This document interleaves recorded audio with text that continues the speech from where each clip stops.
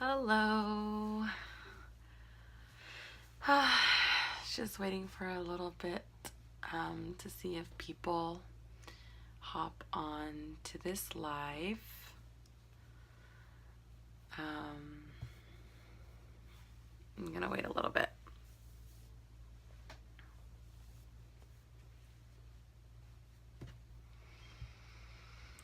Okay.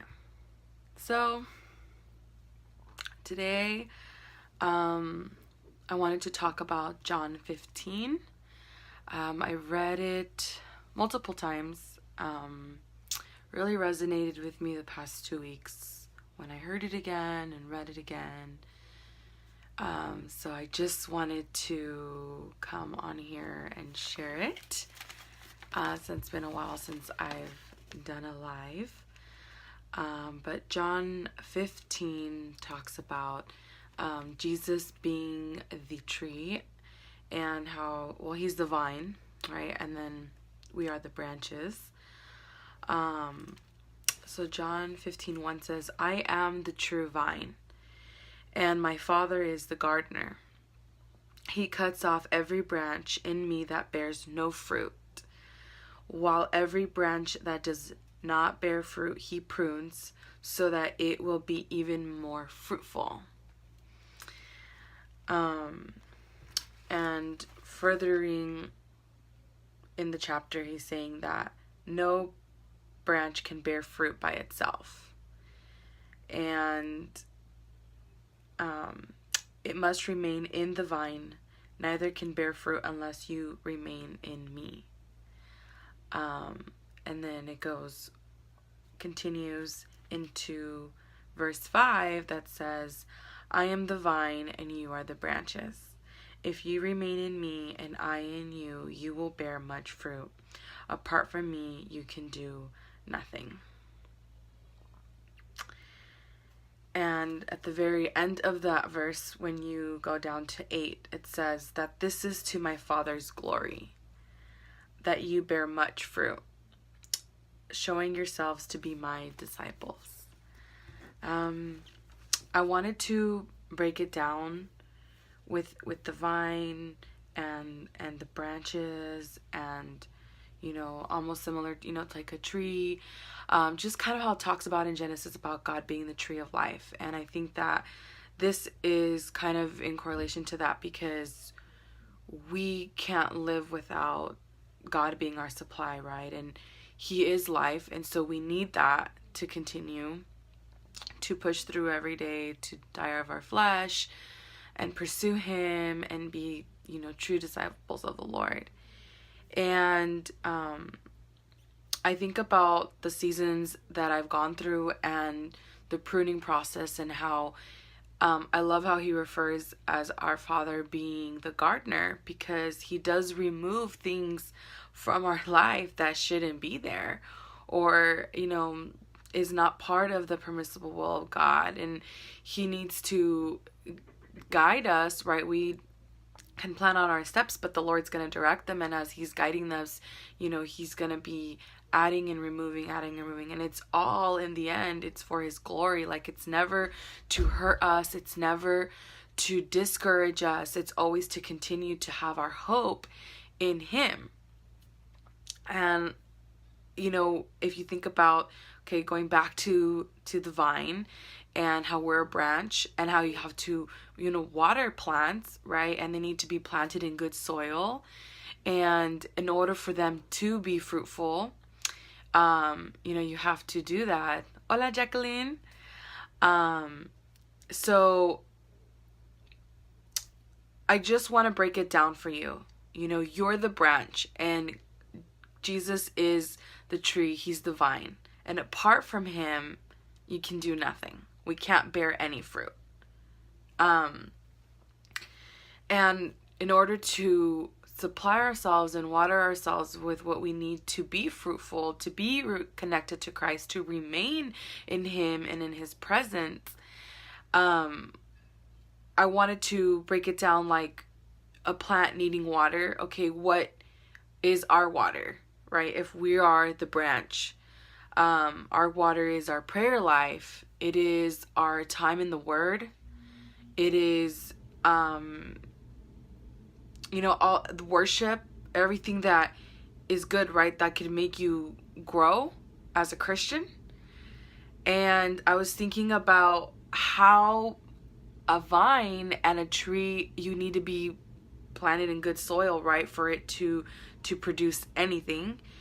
And it took me back to when I was reading in Ephesians 3:17, and that says, so that Christ may dwell in your hearts through faith, and I pray that you, being rooted and established in love, may have power together with all the Lord's holy people to grasp how wide and how long and how high and deep is the love of Christ, and to know this love that surpasses knowledge. And it continues off, and it gets even better. So I would encourage you, if you haven't read Ephesians, it's a short book, it's amazing.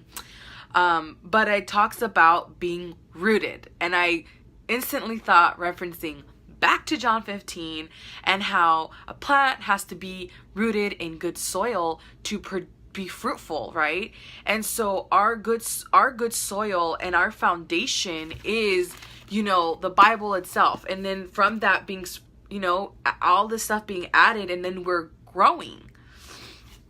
So for me, the referencing with being the soil to me and the being planted was really just being rooted, and when something is and then it goes deeper, it goes deeper, how if something is rooted, then it's really hard for it to be moved back and forth, right?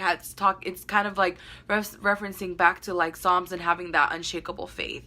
So, I just wanted to show how it's all connected, from Old Testament to New Testament. Each book, there's so much food in the Word. And I know the pruning process very well. It hurts a whole bunch. And it's sometimes really hard to see what God does in those times. But if, we reference back when it talks about when we go through trials, it produces things in us, so it's never in vain. And it's like referencing back to John 15, how if we remain in him, then we would lack nothing and we would be fruitful. So even the pruning has a purpose. So I just wanted to share that. I don't know if you've read it or have anything else to add. You guys can comment below. I'd love to chat about it. It's one of my favorite verses in scripture, because there's just so much other references throughout the entire Bible to this. And I just wanted to encourage you, if you feel like you're having wavering faith, if you don't understand certain obstacles you might be encountering, it's go back to the Word. It'll tell you. It'll tell you why. It'll tell you what's gonna happen, even though you can't know the details of your situation. You just know that there's hope.